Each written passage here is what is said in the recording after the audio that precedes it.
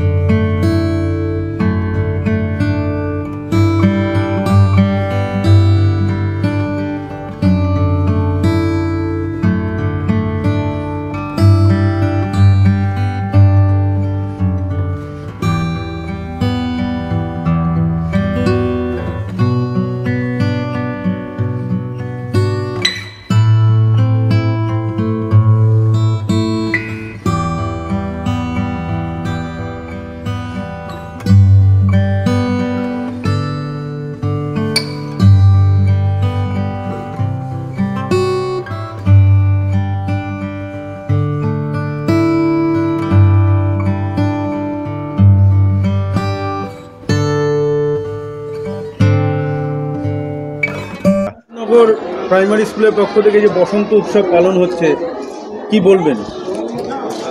আজ আমাদের প্রসাদনগর প্রাথমিক বিদ্যালয়ের পরিচালনায় এবং তাদের অংশগ্রহণের মধ্যে থেকে আজকে দোল উৎসবের আগাম শুভেচ্ছা রইল সকলের। এবং এই যে স্কুল, তার যে মাস্টারমশাইরা আছেন এবং অভিভাবকরা যারা আছেন, তারা প্রত্যেকটা সময় বিভিন্ন শুধুমাত্র পুঁথিগত বিদ্যার মধ্যে আটকে নেই, তারা বিভিন্ন সময় বিভিন্ন সামাজিক সহ শিক্ষামূলক অনুষ্ঠানের সঙ্গে যুক্ত থাকেন।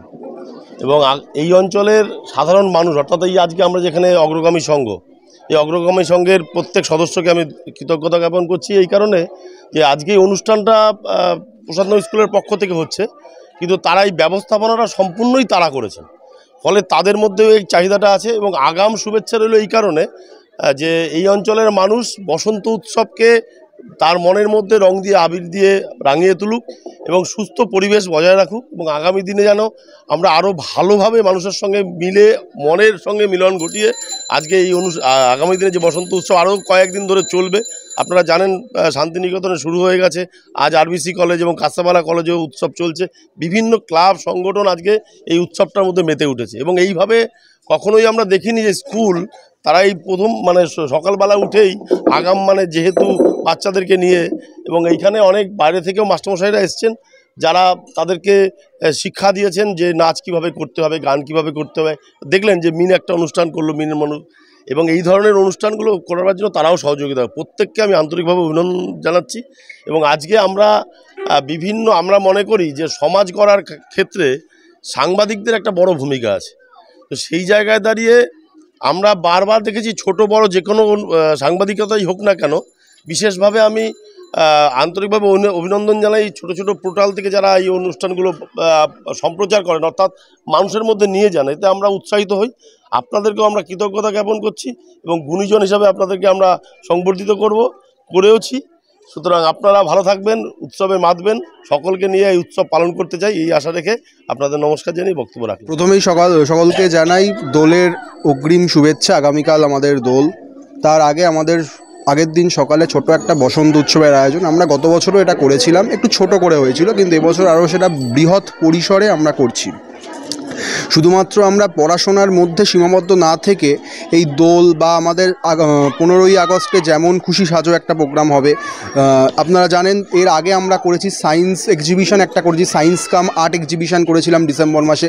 এরকম ছোট ছোট প্রোগ্রামগুলো আমরা নিই, এবং দোল অনুষ্ঠানটা এক প্রকার সামাজিক ভেদাভেদের বিরুদ্ধে। এখন চতুর্দিকে সামাজিক ভেদাভেদ প্রকট হয়ে উঠছে, সেক্ষেত্রে ছোট ছোট বাচ্চাদের মধ্যে এটা বুঝিয়ে দেওয়া যে সবাই আমরা একসঙ্গে থাকবো, পাশাপাশি থাকবো, সবাই সবার মতো করে সবাইকে আমরা ভালোবাসবো। অভিনব উদ্যোগ নেওয়া হয়েছে, যে বলা চলে যে মোবাইল বসন্ত উৎসব। একদম, সে বিষয়টা মোবাইল বসন্ত। এখন তো বাচ্চাদের সর্বক্ষণের সঙ্গী হচ্ছে মোবাইল। সকালবেলা ঘুম থেকে ওঠা থেকে শুরু করে রাত পর্যন্ত আমরাও হয়তো বাচ্চাদের মোবাইল দিয়ে দিই, বাড়িতে কাজকর্ম করতে, ভালো কাজকর্ম তারা করতে বাচ্চারা দেয় না, অনেক সময় যেন মোবাইল ধরিয়ে দিই। কিন্তু তার বাইরে বেরিয়েছে এরকম একটা সাংস্কৃতিক আয়োজন। এটা সবটাই আমাদের হেড স্যারের মস্তিষ্ক প্রচুত, এবং পাশাপাশি বাপিদা না থাকলে এই প্রোগ্রামটা করাই যেত না। বাপিদা প্রত্যেকটা মুহূর্তে, আমাদের কাউন্সিলর 17 নম্বর ওয়ার্ডে শম্ভুনাথ ঘোষ, প্রত্যেকটা মুহূর্তে আমাদের পাশে থেকেছেন। আমরা যে কোনো উদ্যোগ যখন নিয়েছি উনি সবার আগে হাত বাড়িয়ে দিয়েছেন। ধন্যবাদ সবাইকে, ভালো থাকবেন সবাই। রাহুল চক্রবর্তী। হালিশহর থেকে সোনালী ব্যানার্জি, আকাশ ভট্টাচার্যের রিপোর্ট, সমাচার 7 দিন।